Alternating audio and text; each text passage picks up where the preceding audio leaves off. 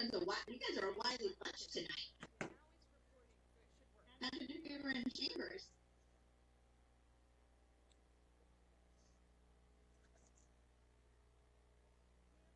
We should be all set in here. Thank you for everyone's patience. Yeah, no problem.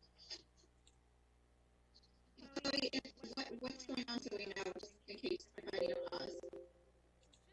We're just trying to get the television broadcast to pick up our sound, and I believe that our technician Noel is doing an excellent job working on that right now. Okay. Do you just need a minute? I don't want to rush things if you just need a minute longer. I just want to make sure everyone has access to our meeting. Yes, I'll run and confirm that he can hear us, and then I'll be right back. I have probably visibility.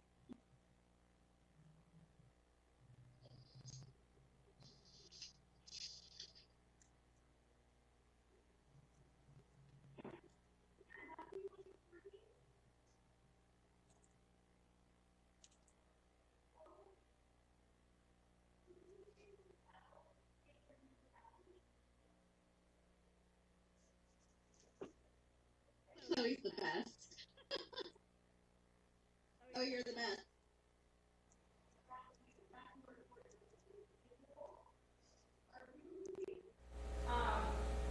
But if that's not working, we can record the Zoom. Do you have...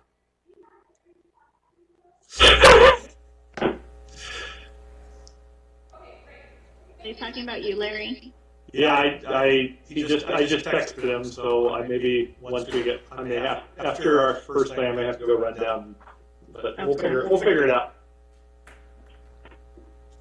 Okay, it sounds like he thought everything was working correctly. Okay. Well, then I'm gonna go ahead and start. We have all the council. Okay. I'm gonna go ahead and start the meeting. It's live. We are live. Great. Welcome everyone to the Capitola City Council meeting. We are back to our regular meeting here at 7:06 p.m. Let's go ahead and begin with Chloe before we jump into the agenda. Chloe, did you have a few remarks? Thank you, Mayor Brooks. Yes, thank you. Welcome to the Capitola City Council meeting. In accordance with California Governor's Executive Order N2920, this meeting is not physically open to the public. Council and staff are meeting via Zoom, and there are several ways for the public to watch and participate. Information on how to join the meeting using Zoom or a landline or mobile phone, along with how to submit public comment during the meeting tonight, is available on our website, cityofcapitola.org, and on the published meeting agenda. The public can also live stream the meeting from our website. As always, the meeting is also cablecast live on Charter Communications Cable TV Channel 8 and is being recorded to be rebroadcast on the following Wednesday at 8 a.m. and on Saturday following the first rebroadcast at 1 p.m. on Charter Channel 71 and Comcast Channel 25. Our technician tonight is Noel, and he's already saved us once this evening, so thank you, Noel. Thank you, Chloe. Thank you, Noel, for saving the night. We are live. And thank you, everyone, for being here this evening. Please join me in the Pledge of Allegiance. I pledge allegiance to the flag of the United States of America and to the republic for which it stands, one nation, under God, indivisible, with liberty and justice for all. Thank you so much. We're now going to move on to item 2. This is our presentations, and we're going to move on to item A, introduction of our new museum curator, Deborah Osterberg. Welcome, Deborah. And who am I going to turn this over to? Larry. Thank you, Mayor Brooks. Well, I'm very, very happy to introduce to Mayor Brooks and the council members our new historical museum curator, Deborah Osterberg. Deborah grew up in Capitola, which is awesome. She comes from a background in museum work with the National Park Service and the National Archives.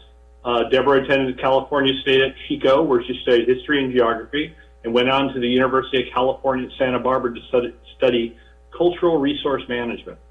In addition, she has recently become the author of a book called Historic Tales of Henry Cowell Redwood State Park, The Big Tree Grows, which came from her work as a volunteer docent at the park.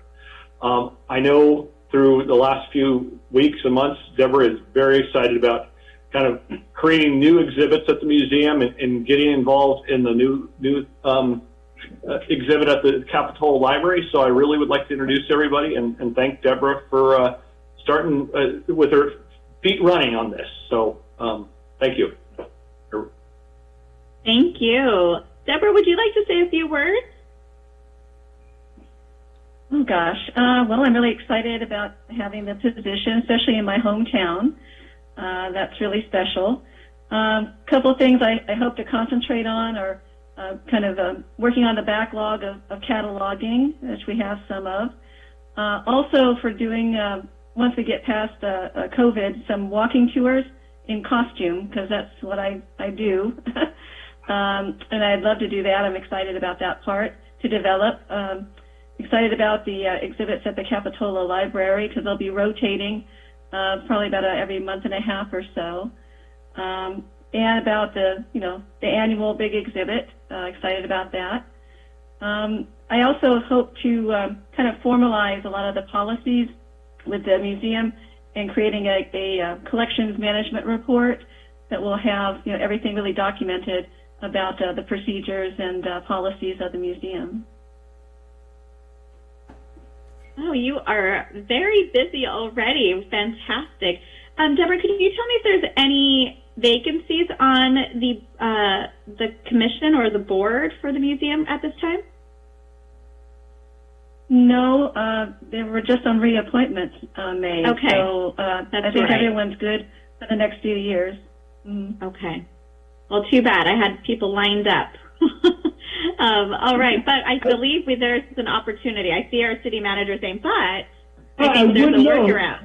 That we are always looking for more help at the museum. So anyone who is interested in being a museum volunteer is a great entry into supporting the city and supporting the museum. So if you have folks, please send them our way. Mm-hmm. Wonderful. Yeah. Deborah, Yeah, and we do have a little bit of a shortage right now in volunteers. So some of our longtime volunteers haven't returned yet. And we do have some new people being trained, but we're a little bit on the shortage right now. Wonderful. I see a hand up from Councilmember Bertrand. Councilmember, you are muted.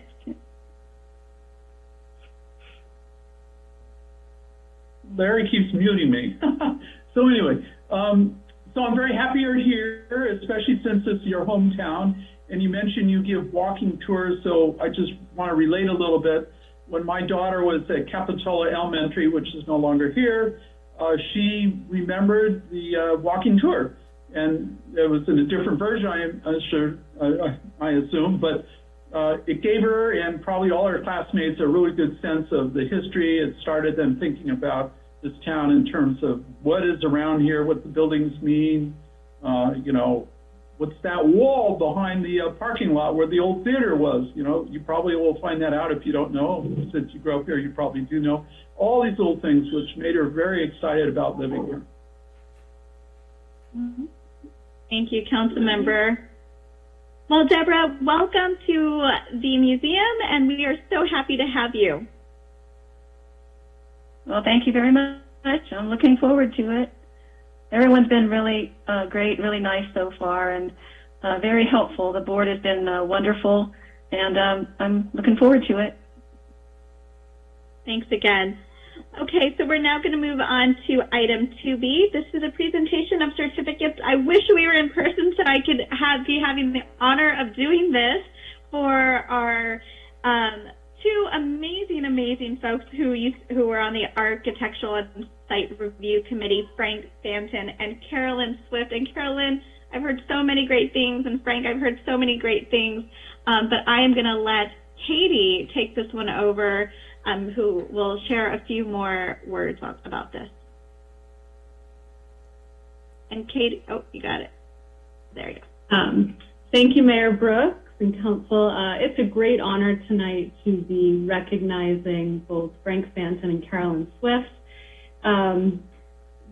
when I tell you the year they started on Arkansite, Frank started in 2003, Carolyn in 2008. They've been dedicated to the Arkansite board for a very long time, as well as other aspects of the city. In Frank's role as the architect reviewing projects that came in, he was very instrumental in helping residents of Capitola make adjustments to their homes that resulted in a better outcome for them personally in their home, as well as I would say in every meeting, Frank, with every design that came in, he not only looked at the design through the eyes of the homeowner, but also the neighbor, and making sure that the design was compatible for the neighbor, and really thought about privacy issues and how the landscaping works and how the home speaks to the street. And I learned a lot from Frank during the years that I participated in Arkansite with him. He's also was a teacher at our local Cabrillo College and a local architect that brought through many great projects. So, and most of all, in regards to Frank, he always brought a smile. He always made us laugh, and just really, it made it a lot of fun. So thank you, Frank, and I look forward to handing off a certificate to you soon in person or via mail. So thank you very much. And next, Carolyn Swift. And it was great to just hear from Deborah, because Carolyn was in Deborah's role for over 20 years at our museum and knows the history of Capitola probably more thoroughly than anyone else in town. In 2008, Carolyn was appointed to our Architectural and Site Review Board. Whenever there was a historic project that came in front of the Arkansite Committee, Carolyn would do so much homework and find out great facts about the project that was in front of us. I do recall shortly after Carolyn retired, I think she took a trip to Europe, and we had a project that was on the Arkansite Committee, and I just remember her emailing me at odd times of night in Europe. Just her love for Capitola and her dedication came through, and it was amazing to me to know that she was off on this vacation, but also doing her research and sending in information for us so that good decisions could be made in that board. So, Carolyn, thank you for your years of dedication with Capitola, and especially on this Arkansite Committee. I'll be looking forward to sending this to you as well. So, thank you both. Thank you, Katie. Frank, would you like to say a few words?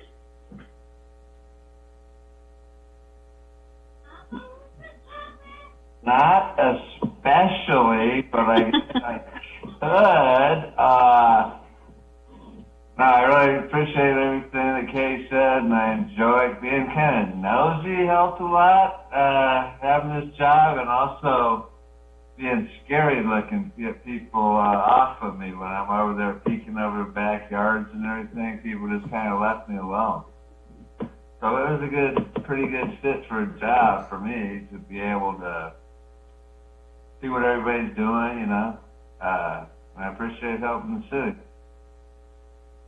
Thank you so much, Frank. Carolyn?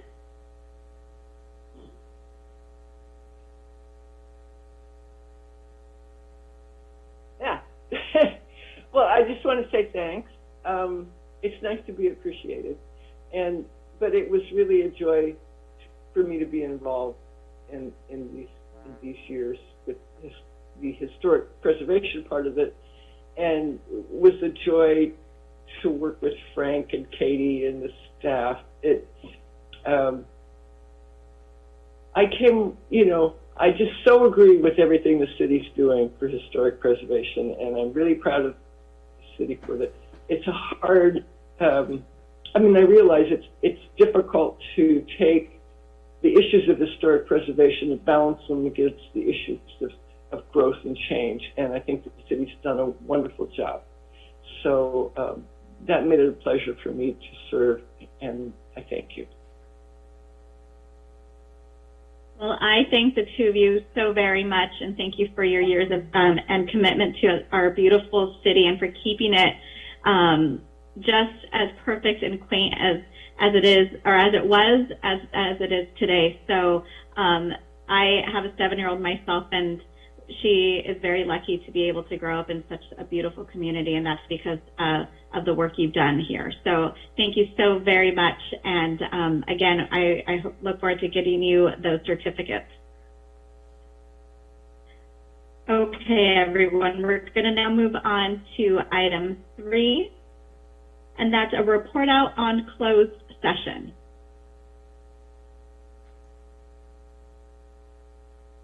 And I'm going to turn this over to, as everyone shuffles around, Samantha. Hi. Sorry, it took a moment to unmute. Good evening, Mayor and council members. We had a closed session on the 2 items on the agenda, and no action was taken this evening. Thank you, Samantha. We're going to now item 4, additional materials. Any additional materials this evening? Yes, Mayor Brooks. There were a few. For item 8G, the employee agreement item, there were 2 materials.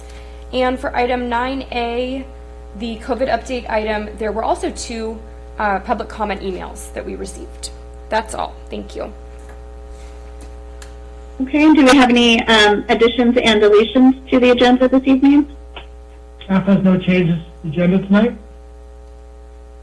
All right, so then we'll move on to public comments. This is item 6 on your agenda this evening, and this is your opportunity for the members of the public to address the city on any consent items on tonight's agenda or any other topic with the within the jurisdiction of the city that is not on general government this evening. You can go ahead and email us now, or you can click on reactions below to raise your hand. Or if you've called in, you can dial *9 to unmute yourself. I don't have a script tonight, so I could say all sorts of things if I could remember that email address right now. But it's public comments. Any public comments, Larry? Mayor Brooks, I do not see any attendees wishing to speak on this item, and I do not see any emails to publiccomment.ca.us. That's ca.us. I messed it up. I apologize. I know. See, I was going to do it. Okay, it's public comment at capitola.ci.ca.us. There it is. And we could put it in the chat, too. Okay, seeing none, we're going to now then move on to item 7, and this is City Council and staff comments. Let's start with staff. Any staff comments this evening? Okay, first, I actually don't think we ever got that email address right, so we will put it in the chat, and so anyone who's tuned in, thanks, Jamie. Look at it. Larry, can you do that for us while we're doing this? And then secondarily, we do have one staff announcement from our Community Development Director, Katie Hurley. Good evening, Mayor and Council. Tonight I have very exciting news for you. We have been awarded our CDBG grant for round 2 for economic development. So 1 year later, the money is coming through. We'll be issuing between 30 to 35 grants to local businesses for up to $7,500. And we're going to open the grant application process on September 1st. Next week, you'll see we'll be getting the social media updates out there, and our website will go live. There's a great collaboration going on right now between the Small Business Development Center over at Cabrillo College and our CDB specialist, Paul Ashby. So we've got the #1 team on it, and we're in fast forward now, ready to announce the grant to the public. And you'll be seeing lots of that all over the internet, and we'll be emailing all our local businesses. So getting the word out, and excited to finally announce this to you. Thank you. Thank you, Katie. That's great news. Do we have any council comments at this time? Vice Mayor Story. Yes, thank you, Mayor Brooks. And my congratulations to the staff and Katie in particular for that CDBG award. And it is very much appreciated and will be very useful. you know, the comment that I wanted to make is in reference to a darker event that happened in our community recently. You know, we had a homicide of a woman in Capitola. So I just want to take a moment to extend, you know, my condolences to all the families that are involved in this very terrible, what appears to be a domestic violence incident. It's always terrible when something like this happens in our hometown. But in view of that, you know, the director of Monarch Services contacted me, and maybe she contacted some of the other council members, but asked if, one, she pointed out this particular incident and talked about how domestic violence is on the increase with, you know, everybody, you know, going through isolation and the pandemic. And what she just asked is whether they could come and maybe give a presentation to this council and to the public on the issue, bringing more awareness to the issue of domestic violence, and providing some resources to our community on how we can maybe prevent it. So I would just like to ask if they could be agendized for one of the meetings in September, either the 9th or the 24th would be suitable. And Mayor, if we could, and maybe Laura Marcus is the director, and maybe reach out to her and let her know when they may be able to come. So thank you for that consideration. Thank you, Vice Mayor Story. Councilmember Peterson. Thank you. I just wanted to take a moment to acknowledge that today is Women's Equality Day, which celebrates the day that the 19th Amendment was ratified. And while we typically think of that as the day that women became able to vote, or granted the right to vote, rather, I think we should also take a moment to acknowledge that at that time it wasn't all women that were given that opportunity to vote, and it wasn't until I want to say it was 1952 that Asian American women were able to vote. It wasn't until 1947 that Indigenous women were able to vote, and it wasn't until 1965 when African American women were able to vote. And so even today, though we've made a lot of progress, there's lots of communities that are still facing barriers to voter access. And so I would just encourage us all, as we move forward in trying to face these ongoing barriers to access to voting, to remember to exercise your right by returning your ballot in the state's September 14th election.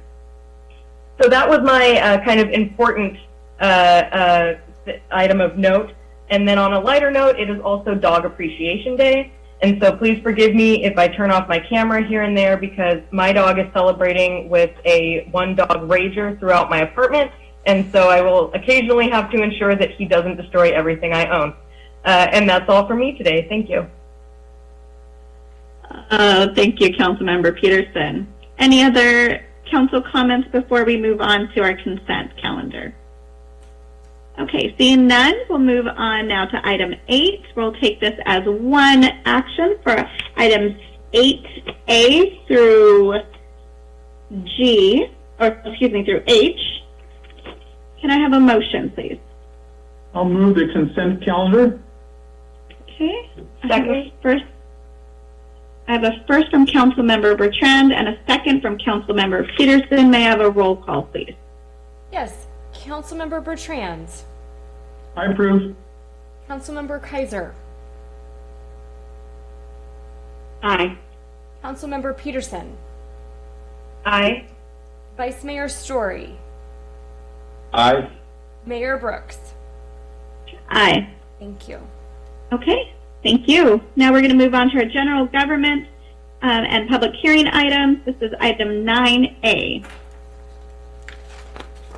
All right. So this evening, we're going to be doing a quick update on the COVID situation, and then talk a little about the outdoor dining program closed extension. And before you move on, Councilmember Kaiser. Thank you. Sorry, I do have to recuse myself from both 9A1 and A2 just because of my employment at Paradise Beach Grill, which is tied into the outdoor dining project that we have in the village. So I have a financial conflict with that item. So I will see you guys on the other side. Thanks. Thank you, Councilmember Kaiser. Okay, now back to you, Jamie. My apologies for jumping in early there. All right, let's see if I can share the screen and pull up. There we go. Okay. So to start off, I just wanted to recap where we were on July 22nd, which was the last time we did this. At that point, we had about 140 active known cases, which was up from the low at that point of around, I think the low was around 40 cases or so that we saw earlier in June. At that point, we had 207 deaths and 520 hospitalizations. And we were talking a little bit about the very beginnings of the Delta surge. That surge has come to pass. We now have 893 known active cases. We have another 30 people who required hospitalization, and tragically, we've lost another 3 individuals to COVID-19. One interesting thing is that we talked about a month ago was the case numbers maybe weren't always the best metric with more and more of our population vaccinated. And that has played out to be the case. Our hospitalization rates have not been as high as they were previously when we saw these higher case counts in the winter and last summer, fall. So there is a little bit of a silver lining, but obviously you can see that we are in the midst of a case surge right now. Whether or not we are at the peak is very difficult to tell with the data. You only know when you're at the peak, when you're off the peak. So it's a bit of a challenge. This is the statewide numbers. And again, it's almost a similar picture in that it does appear that we may be at a statewide level to be near the peak. We will know more, obviously, in a week or two. But again, you can see over here on the right, this is sort of the example of the Delta surge, and these are the cases that we saw this winter. So far, our hospitalizations have not matched either the previous 2 surges, that was last summer here, or the winter surge, but they are continuing to rise. And so far, we have not seen an increase in deaths, at a statewide level, a significant increase in deaths, thankfully. Those numbers do tend to trail the case numbers by about 3 weeks. This is the national picture, and it's somewhat similar. Obviously, the size, I think you may notice that the size of the Delta surge is higher in proportion to the prior surges. This is being driven largely by the huge case numbers we've seen in the South and the South primarily, where they have very low vaccination rates and very high hospitalization rates. In some cases, some of the southern states at this point are seeing higher hospitalization rates than they've seen at any other time during the pandemic.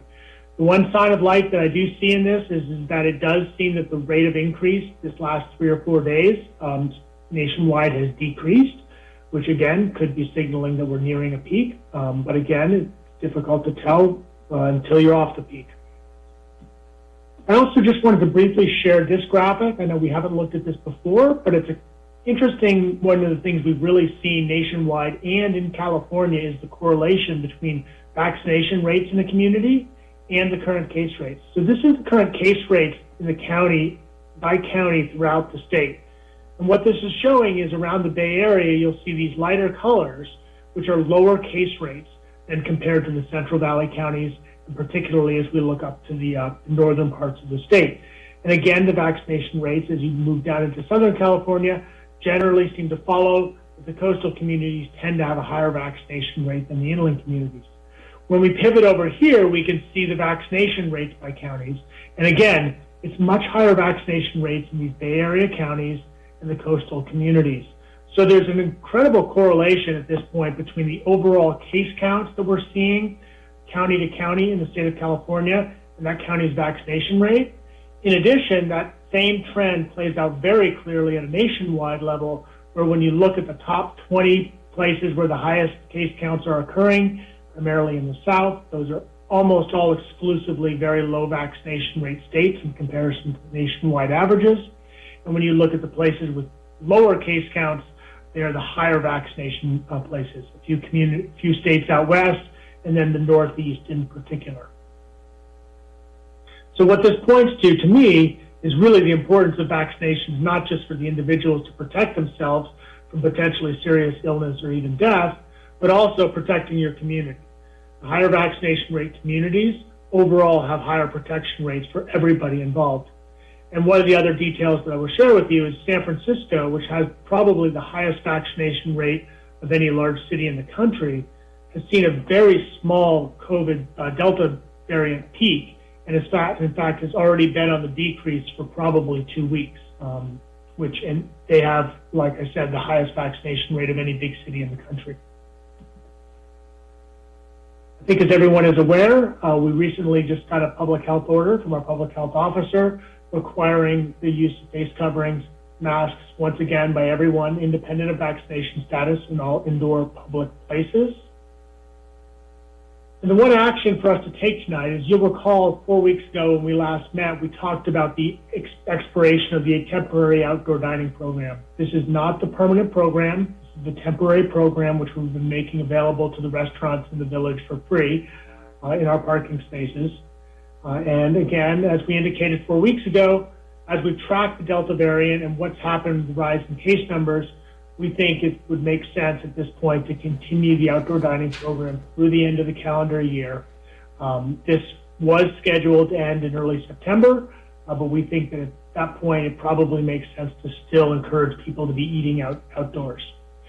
In addition to the extension, staff is also proposing some more stringent rules around maintenance and upkeep of the outdoor dining spaces.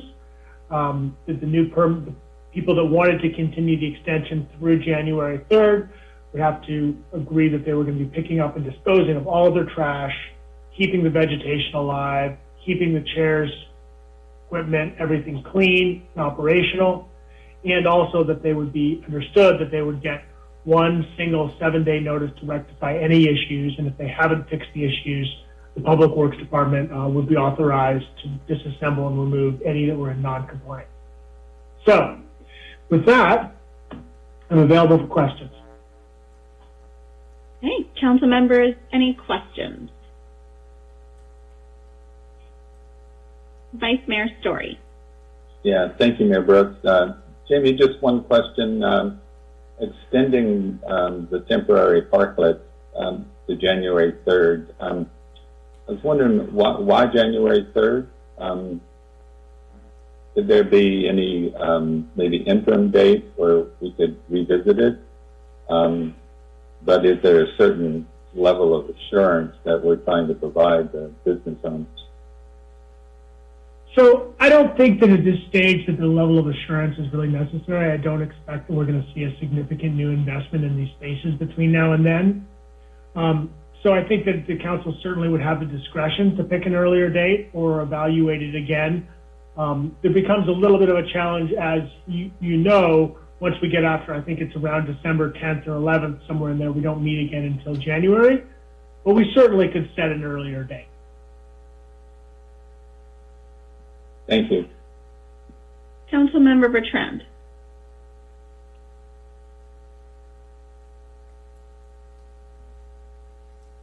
Councilmember, you're muted.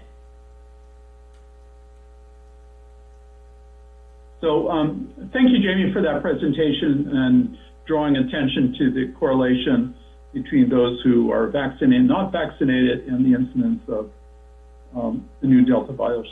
So my question deals with, I think I got a letter, I think we all did, someone's concerned about the extension of this program, the parklets. Have we received any complaints to the police department or any other issues that have been brought up that we should know about? So I think I'm going to pivot over to my staff, Chief McManus, and I know Community Development Director Hurley has also been communicating with an individual. Yeah, I've just heard positive things, so now I just sort of been made aware of maybe there's some other issues, so that's why I brought it up. Chief McManus. Thank you, Jamie. Good evening, Mayor Brooks and Council. Councilmember Bertrand.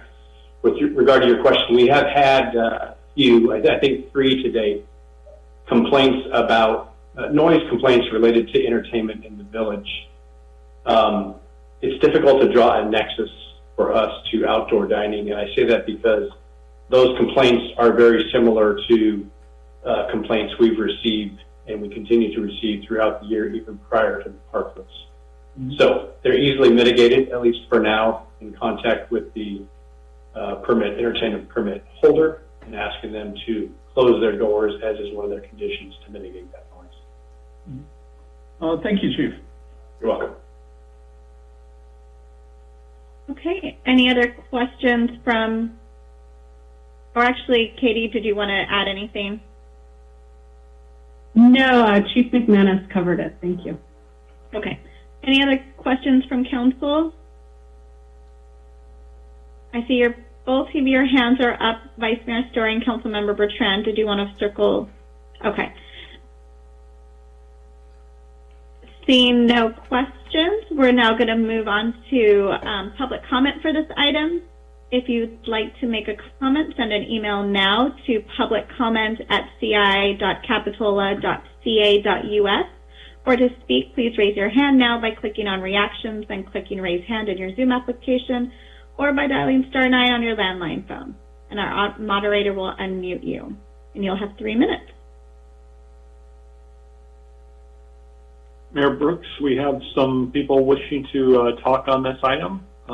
Okay. The first person is identified with the letter A. Okay, if you'd like to introduce yourself once you're unmuted.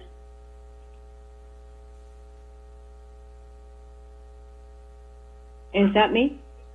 It is you. Okay, I'm on. My name is Mary, and I live in the 11-unit privately owned condominium at the corner of Esplanade and Monterey.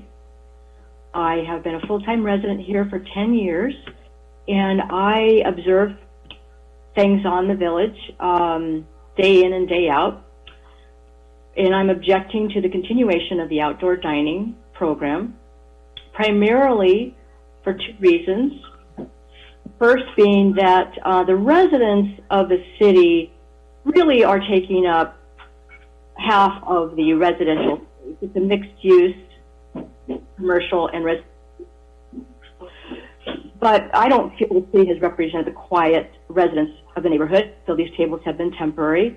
And yet the restaurants are using them to broadcast music and continue to do that, and doors and windows continue to be left open, and we're tolerating that because they're very, very temporary. And we understand that need of the public to be outside. I've been starting to take logs this month of actual use from the morning, noon, and night of the tables, and have noticed that they're not being used. There's a total of 4 to 10 people per week at the San Jose Avenue parklets, representing 3 restaurants that do not have much in table seating, and the table seating indoors is usually full first. I've also noticed that 99% of the people that park go to the outdoor seating already in existence at Zelda's, Paradise, Sandbar, and Margaritaville. People want to sit next to the ocean. There seems to be plenty of seating. Again, that's why these tables are not being used. But primarily the impact on our building is the nighttime noise from San Jose Avenue and the America Britannia. Workers there to close the doors, they're open. People are sitting on, want to sit outside and listen to the music, and the night noise is going to take probably posting police officers at every single outdoor table that are not being used. Even when the music's on, people are not sitting in the outdoor tables that are taking up parking. They're sitting on the ocean side of the restaurants. And Mary, you just have a few more seconds. Yeah, I just want to say that I've counted 98 residential addresses within 200 feet of the outdoor tables, all of which are being impacted negatively by the music that's being played to the empty tables. So I'm just simply objecting to any extension at all at this time, since restaurants are now allowed to be open. Thank you very much. Thank you, Mary. Okay, Larry, any other public comment at this time? Yes, Mayor Brooks, we have Bob Anderson.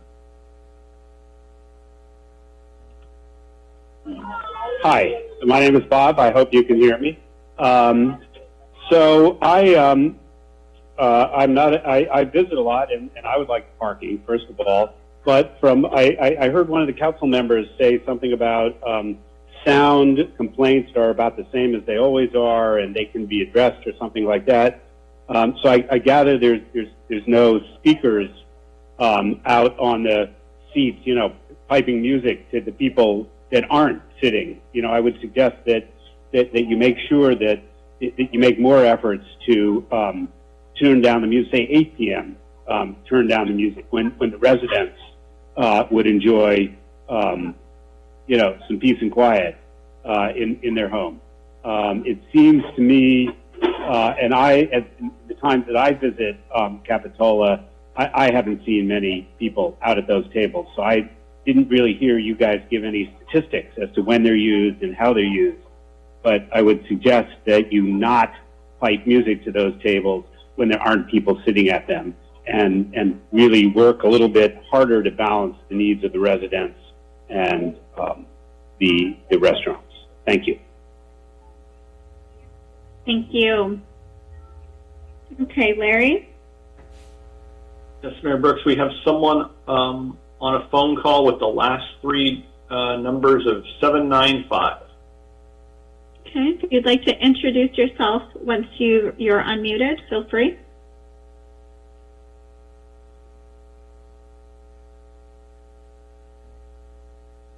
I believe you hit the button once. Try it one more time.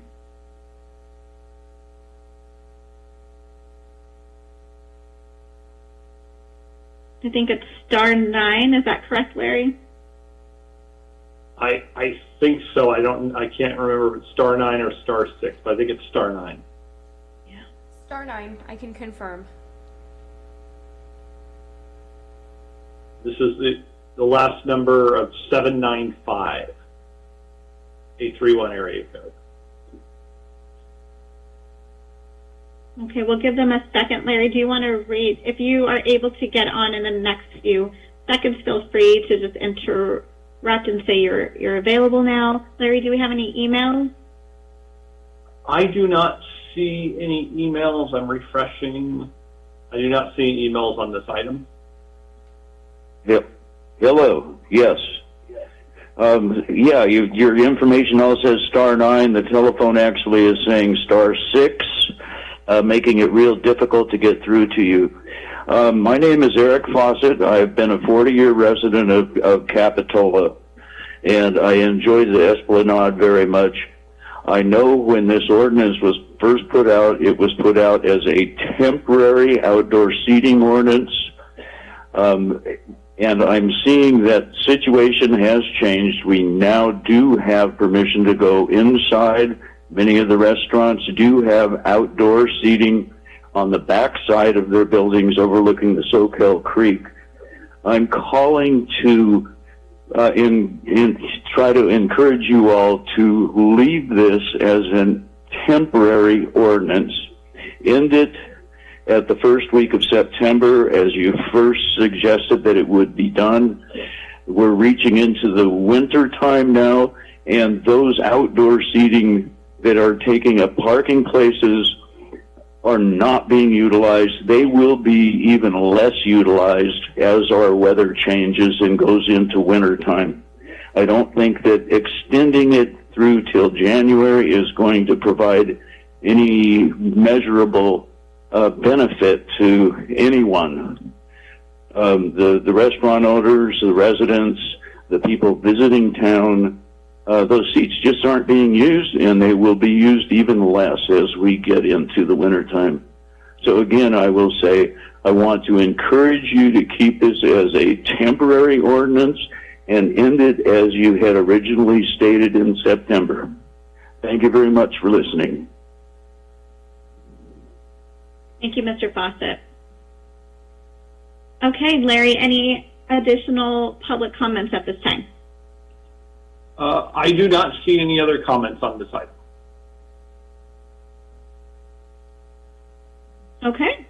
All right, so we'll bring this back to council for further comment and deliberation. This is a reminder that this is just for the, there's 2 staff recommendations on the table to make the determination that all hazards related to the worldwide spread of coronavirus still exist. And then to item 2, extend the COVID temporary use permits allowing for outdoor dining to January 2022 and implement rules for permit holders as outlined in our staff report this evening. Okay, Councilmember Peterson. Thank you. I'm inclined to move the recommended action. But I'm also curious to hear from other council members if they are interested in kind of a very informal poll of the businesses that still have outdoor dining. I know that last time we brought this up and we talked to some of the businesses, they said, like, we don't want this anymore, we don't need it, and so they took it down. And so I don't want to get rid of these options for those that still want it, but if we're going into the winter and some of the businesses say, yeah, we're probably not going to use this anymore, then maybe we could say, okay, then it's time to take it down, and it may kind of trickle out on its own.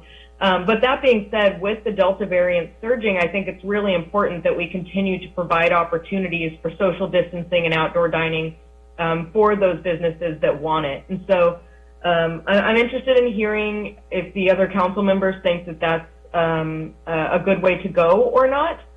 And otherwise, I'm in support of the staff recommendation. Okay, Councilmember Bertrand. I'll support the staff recommendation, and to the extent that Kristen's wondering about what the merchants feel, I agree. I think we should be in contact with them to find out how they feel about this program and whether they really do want to keep on going. But as Bob said, from the public, the idea that we have a lot of tables and chairs just not being used, that concerns me too.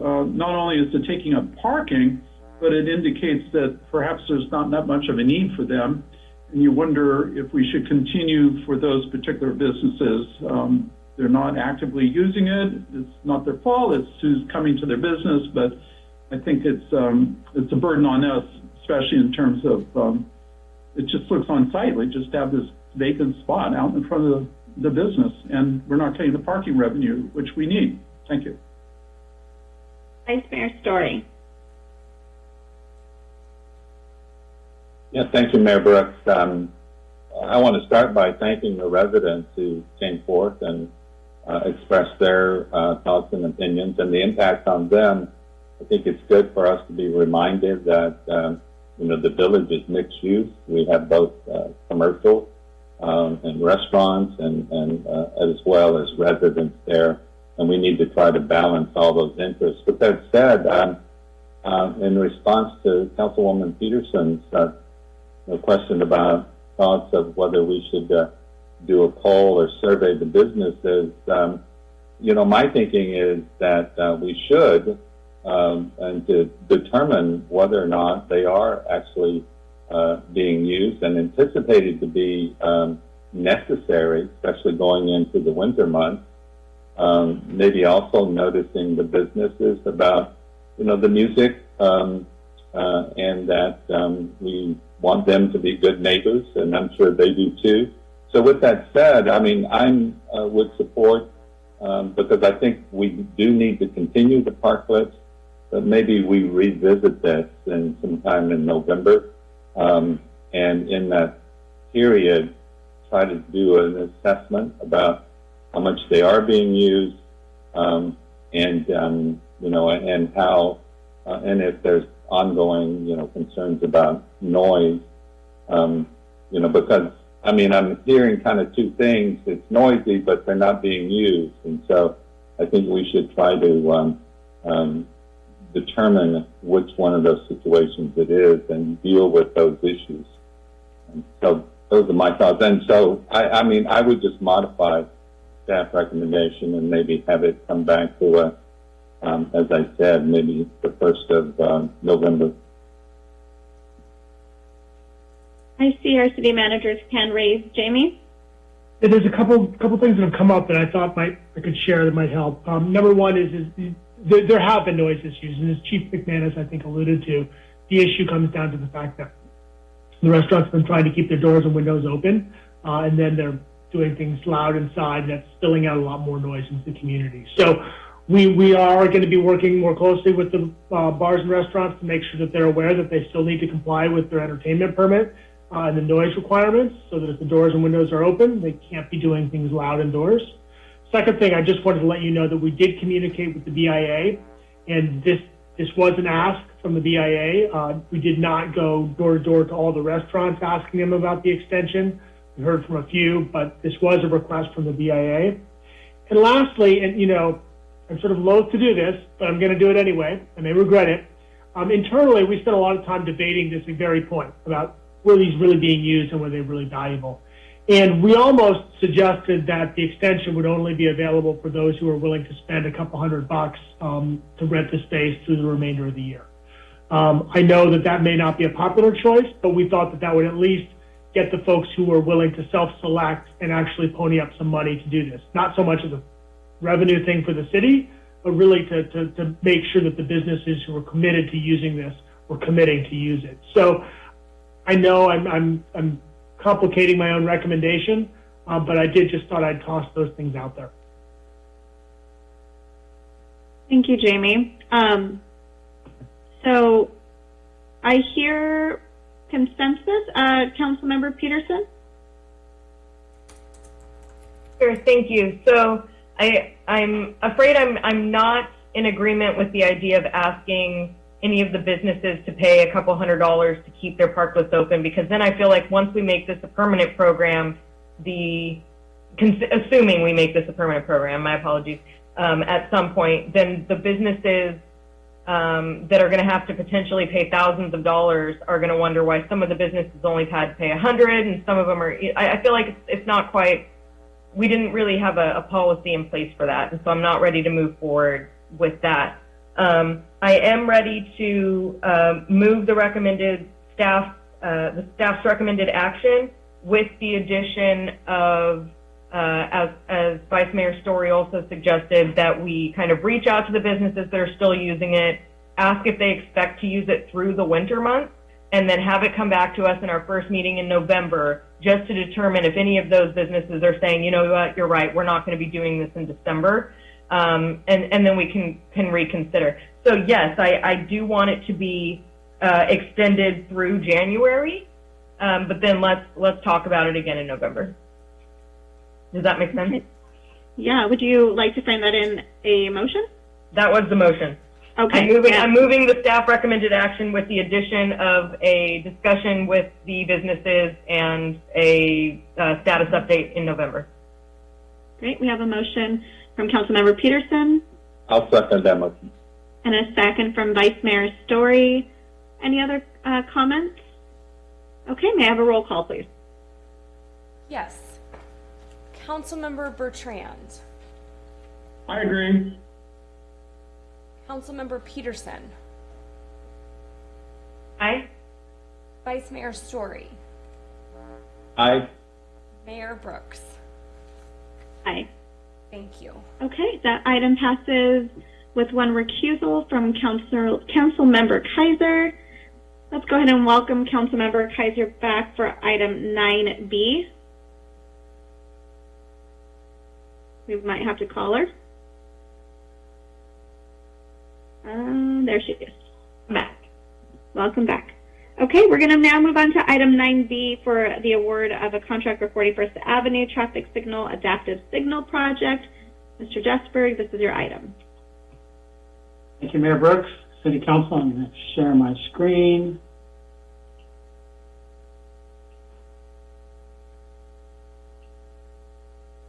I hope you can now see that.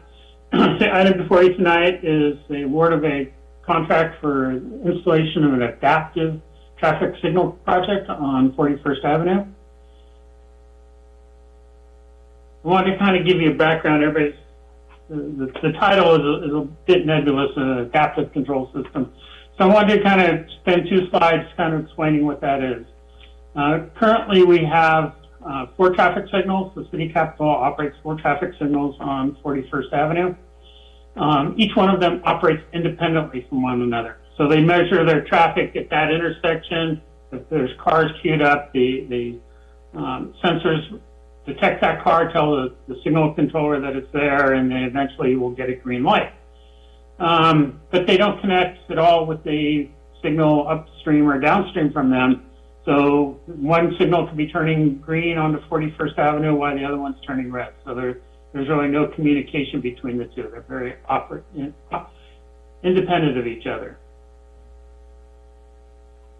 An adaptive control system, it receives real-time input from all the connected intersections at one time and coordinates the green lights along the corridor. So the goal of it is to have a series of green lights going down 41st Avenue, and when you have cross traffic, all the cross traffic on each street is at the same time. Now, of course, there's different demands, different levels of traffic on cross traffic on different streets. They don't always show up at the same time, so it's certainly not going to be perfect. But that's the idea of an adaptive control system. They're all connected to one controller that then coordinates it. And the results are reduced waiting time at the intersections and reduced vehicle emissions. Going the wrong way. So the system we will be installing is InSync. I'm really not trying to do a plug here for InSync, but I thought this was a good picture. So here we put in video sensors that will also detect bicycles now. We currently do not have that ability out there. And it measures the amount of cars queuing at all the intersections and all the queues. Goes to the feeder here, to the CPU that then controls and tells it when to turn green, sends a signal back to the controller at each individual intersection, who then turn the lights green or red and yellow. So it's more of it's a powerful tool, as you can read the literature here. It's real-time data applies artificial logarithms, to optimize traffic functions. So as I said, we are coordinating with other agencies on this project.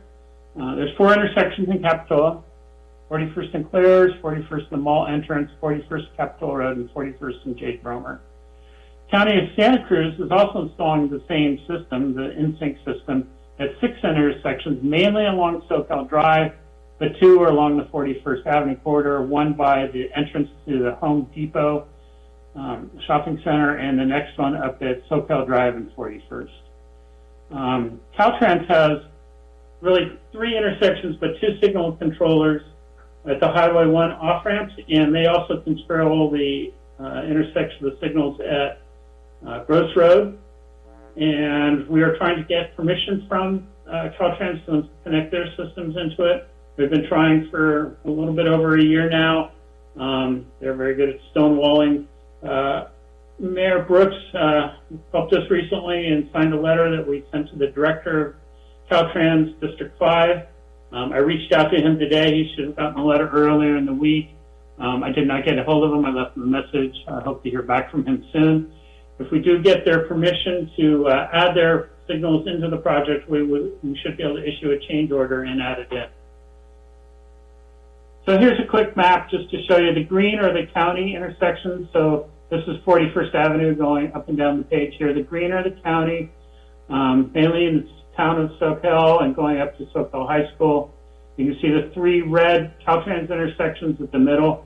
These bottom 2 actually serve as one intersection, 41st and Gross, and then in the southbound off-ramps. And then you have the 4 in the city, as I mentioned before. So if we can get Caltrans to buy in, we would have all these signals coordinated, which would be a big help. Just to give you Caltrans' perspective on this, so it doesn't seem like we're just trying to beat up on them. Caltrans' goal in their operations manual is to keep the traffic on the freeway going, and they utilize off-ramps and local signals that they control to try and meter that flow so it doesn't add to the congestion on the highway. So that's their goal, and that's why they're a little leery. While they worry about the traffic going north and south on 41st, their primary objective is the traffic on the freeway. So contract award and timing. So we have 6 bids that were received. They were all very close. I think they went from the low bid, which we got from Bear Electric of $460,000, up to the high bid, which is, I want to say, is about $550,000. So for 6 bids, we usually have a bigger spread from that, so we're feeling confident that these are the costs. For your information, Bear already is our traffic signal maintenance contractor, so they are very familiar with our signals. They are also doing the low bidder on the County of Santa Cruz project. So they're very knowledgeable of the local systems here, and we're really excited to move forward with them. For Bear is prepared to start work on finalizing contracts. We need to put in some additional conduits that the county doesn't need to. So they are prepared probably within a couple weeks here of starting work with the new conduits. And then I think they'll be installing both systems in the county and in our signals at the same time. If Caltrans comes to the party, there's maybe a lagging a little bit farther behind depending on how long it takes to get the equipment. The work should take about 30 to 45 working days. Looking at the budget, we had $420,000 was the estimated cost of construction, and bid was $460,000. We do have some airboard grants that are paying a good portion of this work, and to ensure that we save enough money to include the Caltrans item at this time, we're requesting that additional funding within the Capital Improvement Fund be made available to this project to cover the $40,000 between the bid and the estimated budget, and also any change orders that are necessary as we go through. As we move forward, we will be maximizing our grant. We anticipate getting most of the general fund money back, but at this time we want to make sure we can proceed as quickly as we can and getting as much of the project done as we can. So our recommendation tonight is to award a contract with Bear Electrical Solutions for the construction of the 41st Avenue Adaptive Traffic Signal System in the amount of $460,526, and to authorize the city manager to reallocate up to $100,000 in capital improvement project fund for the Bay Avenue Capital, from the Bay Avenue Capital Roundabout project to this project. And I'll just give you a quick update on the roundabout project. It's tied to a undergrounding project trying to underground the utilities at that intersection to accommodate the roundabout. Another fun project with PG&E. We're having difficult times. The bids came in quite high. With PG&E, we're having trouble trying to figure out how to best to proceed, but we are continuing to work on that project. So that is my report, and I'd be happy to answer any questions. Thanks, Steve. Councilmember Bertrand, questions? Yeah, I have 2 questions, Steve. You hit on one dealing with the authorization to move $100,000 to this project. And you also sort of mentioned that we'd be able to get that money back. If you could explain that, just as, I guess, to help the project continue. My other question is, some of the other roads like Bromer, Capitola Road, stuff like that, is the sensor system going to be looking at the backup on those? And keep that in mind when the lights are turned off and on. So those are my 2 questions. So as far as the $100,000, we do anticipate, it's not that we'll get it back, is that we won't have to spend it if we can have the grants cover all the work. If we are successful in getting a Caltrans grant, we don't know the cost of that yet. It may be necessary to cover, like I said, the difference in our budget and what the cost of the contract is. As far as what the sensors measure, they measure all approaches to the intersection. So yes, they measure the backup on Bromer, they measure Capitola Road, they measure all cross streets and in addition to the 41st. So that's what I'm saying. They'll know when to hopefully activate all the cross streets at one time and then all the greens on 41st at the same time. That's really the goal. It won't be quite that pretty, but it should help significantly. Councilmember, you are muted.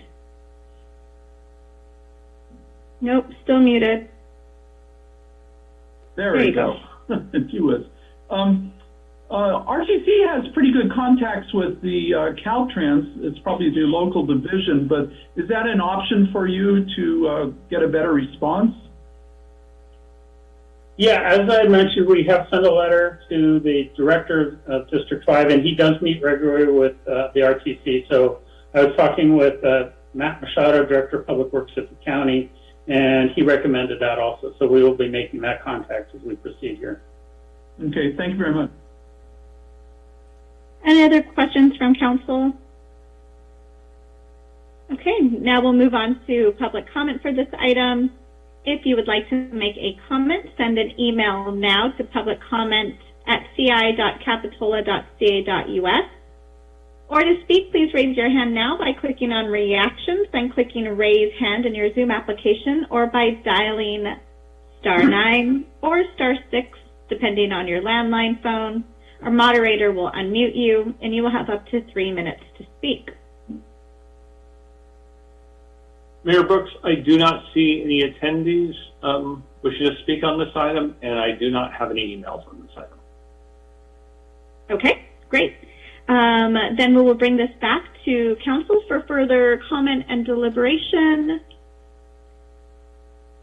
Any comments from council? If warranted, I'll be glad to move the recommended actions. Okay, we have a first from Councilmember Bertrand. Vice Mayor Story? Yeah, I'll second that motion. Approve Okay, recommended items 1 and 2. Excellent. Thank you very much.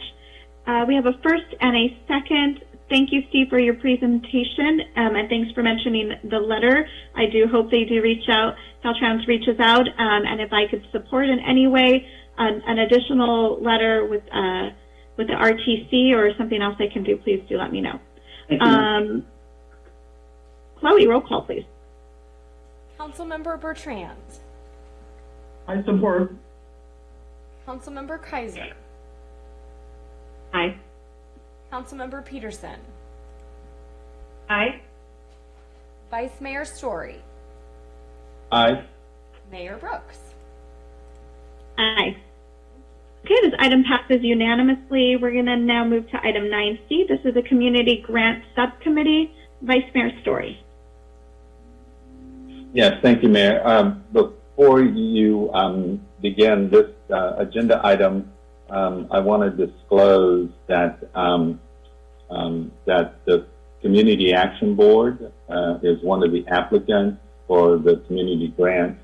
My wife is an employee of Community Action Board, therefore I have a financial interest, and therefore I must recuse myself from this item. So I'm going to do that. And while I have the floor, I also want to mention the next item, 9D. I also want to disclose that I have a professional relationship with the Beach Festival organization, and therefore due to that, I must recuse myself.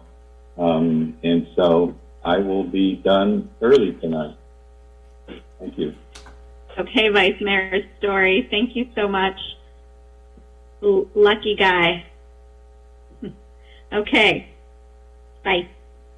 Let's go ahead and move back to item 9C for the Community Grant Subcommittee. Whose item is this? Mayor Brooks, I'll be giving this presentation. Let me share my screen. So I hope you can see it okay. So this is the Community Grant Subcommittee nomination or appointments. Just to remind everyone, the City of Capitola Community Grant Program funding was approved during the fiscal year 21-22 budget hearings. $125,000 was approved from the general fund, and at this point, estimated $49,000 will be available from the dedicated youth and early childhood program funding, which is dedicated piece of the hotel or transitory occupancy tax the city collects for short-term rentals. The application period closed. I believe we have around 15 agencies that applied. But during the review of the applicants, it looks like Mayor Brooks, Councilmember Story, and Councilmember Peterson are affiliated with at least 2 of the community organizations that have applied for grants. So they must recuse themselves from the decision-making process for that, which includes subcommittee. So at this point, our revised recommended action, which is a little different than what was in the packet, is to appoint Council Members Bertrand and Council Members Kaiser to the subcommittee to review the applications from the community grantees and to make funding recommendations for the entire council. So that is my presentation at this point. I'm available for questions. Thanks, Larry. Make it really easy for us this evening. Any questions from council before we move to public comment? Okay, seeing none, we'll open public comment. If you'd like to make a comment, send an email now to publiccomment@ci.capitola.ca.us, or to speak, please raise your hand now by clicking on reactions, then clicking raise hand in your Zoom application. And if you called in, you can dial *9. Our moderator will unmute you, and you will have up to 3 minutes to speak. And you are muted, Mr. Larry. Oh, I unmuted and muted. Sorry about that. Okay. I do not see anybody wishing to speak on this item, and I do not have any emails on this item. Okay. Well, then we'll bring this back to council for further deliberation and a vote.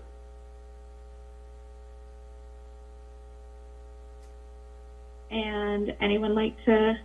I'll make motion. Jinx. I think I heard Councilwoman Kaiser say I'll make a motion before I said anything else, so I'll second it. Thank you. All right. We have a first from Councilmember Kaiser to appoint Councilmember Bertrand and Councilmember Kaiser to the Community Grant Subcommittee, and a second from Councilmember Peterson. Any other further comments? Then let's have a roll call, please. Councilmember Bertrand. I approve. Councilmember Kaiser. Aye. Councilmember Peterson. Aye. And Mayor Brooks. Aye. Okay, that item passes 4 with 1 recusal from Vice Mayor Story. And we will now move on to item 9D, and this is to consider a request for sponsorship of the Capitola Beach Festival. Yes, Mayor Brooks, this is Chloe, and I will be presenting a very quick slide. Can you see the slide here? We can. Okay, great. So, thank you so much, Mayor Brooks and Council. This will be very quick to conclude the meeting.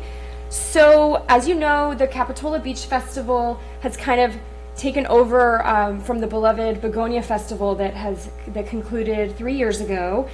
And in the past, Council did sponsor the Begonia Festival for many years and has the past 2 years sponsored the Capitola Beach Festival in the sum of $5,000 upon request. The first was in 2018, and then in 2019, as you all know, there was a pandemic. There still is a pandemic, so the festival did not happen in 2020. Now, the event has been approved and will take place this year. I'm sure everyone is very excited at the end of September on the 24th and 25th.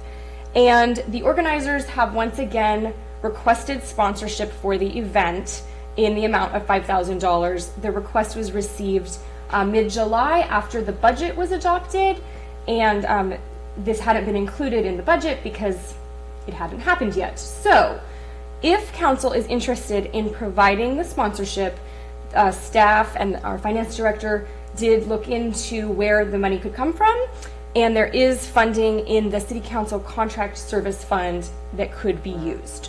That's really all I have to say. If anyone has questions, I'm happy to try to help, and it's up to council to decide what you'd like to do. Thank you. Thank you, Chloe. Any questions from council?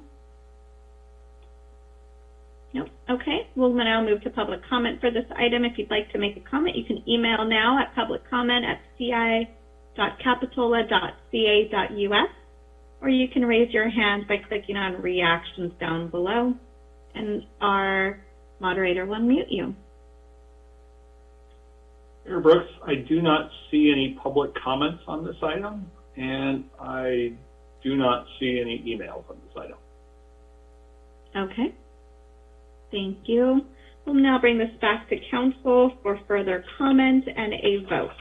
Councilmember Peterson. I'll move approval of the recommended action. I'll second that.